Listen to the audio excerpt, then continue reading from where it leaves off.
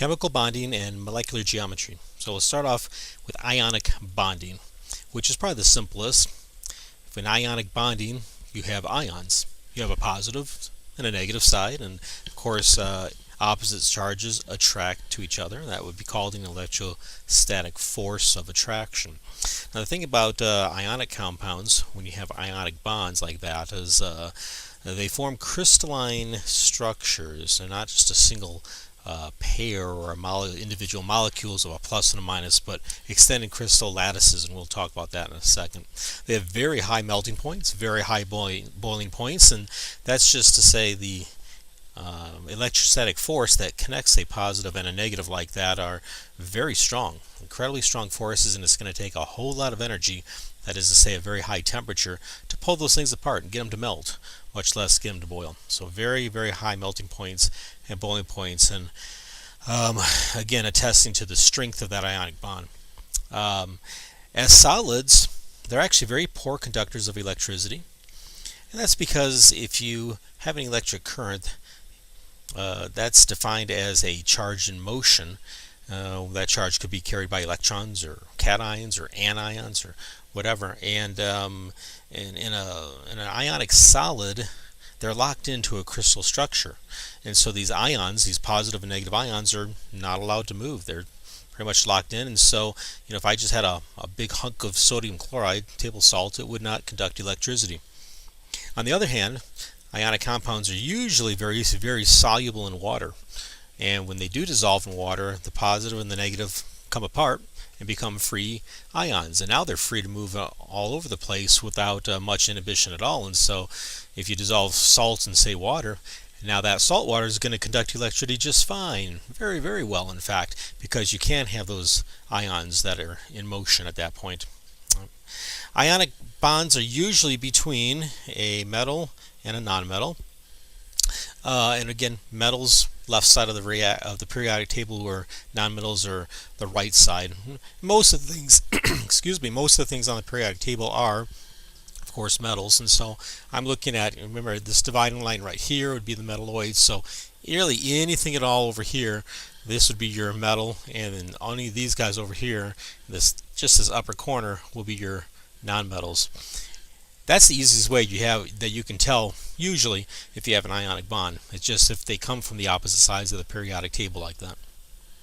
Alright, and here's a picture from the book showing these extended crystals. Like I was saying, you don't have just a pair like right here of one purple sodium and one green chlorine, and you can't just say, hey, I got a molecule of sodium chloride.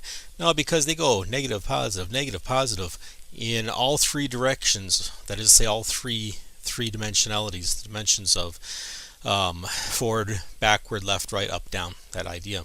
And so they don't really talk about molecules of ionic compounds. However, we will talk about a formula unit. A formula unit would be the simplest kind of ratio that makes up this repeating structure in this lattice. And so for sodium chloride, 1 Na plus and 1 Cl minus, that would be your formula unit. And we could say, hey, what's the formula weight of that and such, but just keep in mind, back of your mind, it's not individual molecules, it's the extended crystal lattice. And then, like I said, very, very strong ionic bonds are the forces to separate them. Example here from the book, sodium chloride, if you wanted to break that up into the sodium and the chloride ion, that is to say just kind of pull those things apart, 769 kilojoules is what it would take. So yeah, very, very strong forces with those. Now, how do you actually get the cations and the anions to create ionic compounds? Well, let's take, for example, calcium. Calcium in its usual atom or elemental form, if you will, by itself. Calcium is right here, number 20. Notice that it's a 4s2. That is to say, it has 2 valence electrons in the 4th level, and then nothing beyond it. No 4p's, no 3d's, etc., etc. So everything else is like the 3, the 2, or the 1 level for calcium. But we know that calcium, being here in the second column, likes to be a +2. And how does that actually come about? Well, so for calcium to go to calcium +2, it's got to lose 2 electrons. And if you look at its electron configuration, it's like argon, followed by 4s2. Again, just to remind you of that. Here's calcium, number 20. So if you go back to number 18, there's your noble gas argon. And so beyond argon would be these two, which is the 4s level. 1 and 2 electrons gets us to calcium. So electron configuration of calcium. If I lose the 2 electrons, which ones will I lose? Well, I'll lose the highest energy ones, the most unstable ones, if you will. Those are almost always the easiest ones to get off. They're already removed quite a bit from the nucleus, being that they're more distant from it than the inner core electrons are. And so it's those 2 electrons in that 4s level that will be removed. So if I take those away, now I'm just left with argon. Hey, it's like a noble gas, which makes it particularly stable, calcium 2+. So pretty easy. Remove those outer electrons. The only maybe exception to this is something you got to remember a little bit, are these transition metals. So the red block here on this periodic table, or the inner transitions as well. These ones down here, although this is fairly rare to try to make those, but it happens. And we might get an example or two. So any of the transitions or inner transition metals, slightly different story when you're making a cation out of those. So for example, iron. Let's look at iron on the periodic table here. It's a transition metal. Iron's number 26, so it's right there. Iron has a 4s2 3d6 configuration. And if I think about it, how am I going to make that a stable ion? If I wanted to add electrons, if I just kind of go straight across here, I'd be adding 1, 2, 3, 4. Looks like 10 electrons to get me up to krypton. Yeah, we're not going to get 10 negatives. On the same idea, if we try to lose electrons, we'd have to go back 6, 7, 8. So it'd be like an 8 positive. Again, that's just way too much charge for a single atom to carry. So what happens with something like that? Well, here's iron, its electron configuration in argon, then 4s2, 3d6. When you're talking about the transitions or the inner transitions, know this rule. The s electrons are the ones that come off first. That's because when you get up to those levels, we get a little bit of an overlap, and when you add the charges to it, it just turns out that that is actually a lower energy, more stable configuration.